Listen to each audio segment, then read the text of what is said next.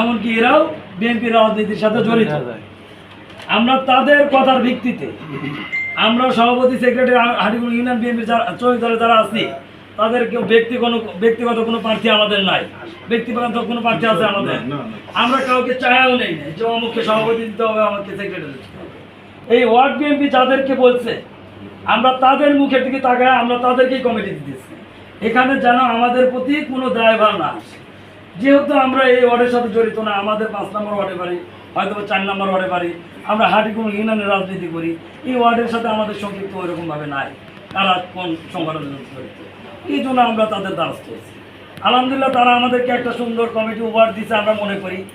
এমনকি এই ওয়ার্ড বিএনপির যে প্রত্যাশা, আমি আমার শ্রমিক দলের যারা নেতৃবৃন্দ যারা আসছেন তাদেরকে আমি একটা আশাই করব, এদের যে প্রত্যাশা, যে আশায় আপনাদেরকে আজকে যে দায়িত্বটা দেওয়া হচ্ছে তাদের সেই আশা যেন পূরণ হয়, এমনকি সেই দায়িত্বগুলো আপনারা পরিপূর্ণভাবে পালন করবেন, এটা আমার প্রত্যাশা থাকবে। এমনকি দলের সার্টিফিকেট আজকে শ্রমিক দল 3 নং ওয়ার্ডের সভাপতি কিংবা সেক্রেটারি সাংগঠনিক যে কেউ এই পদমর্যাদার বলে ক্ষমতার অপব্যবহার করবেন না, এরকম করা যাবে না। কারণ বাংলাদেশ জাতীয়তাবাদী দল এটা বৃহত্তর একটা সংগঠন, বৃহত্তর একটা পরিবার। এই পরিবারের আমাদের ফাদার সংগঠনে যারা আছেন বিএনপি, তাদেরকে তাদের মর্যাদায় মানতে হবে। নেতা হয়েছেন বলে যে সিনিয়রদেরকে মানবেন না, কথা কিন্তু না। আপনার প্রোটোকল অনুযায়ী আপনার যারা সিনিয়র তাদেরকে আপনাদের ওই সম্মানে দিতে হবে। আপনারা নেতা হবেন, নেতা হয়ে দখলদারিত্ব করবেন, এই বদনামটা যেন না আসে। নেতা হয়ে মাদক ব্যবসা করবেন, এই সার্টিফিকেট নেওয়ার জন্য যে আমি নেতা, এখন আমি মাদক ব্যবসা করে আমি তো লাইসেন্স পাচ্ছি, এরকম কিছুর সাথে জড়িত হবেন না। যদি এরকম কোনো সংশ্লিষ্টতা পাই আমরা, তাৎক্ষণিক কিন্তু আমরা সাংগঠনিক ব্যবস্থা নেব।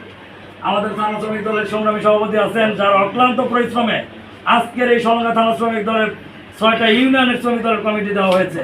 প্রত্যেকটা জায়গায় যেমন সে ফেমাস, সে যেমনভাবে এই শ্রমিক দলের দুর্গ তৈরি করতেছে, আমরাও চাই হাটিকুমা ইউনিয়ন শ্রমিক দলের প্রত্যেকটা ওয়ার্ডের শ্রমিক দলের দুর্গ তৈরি করবে।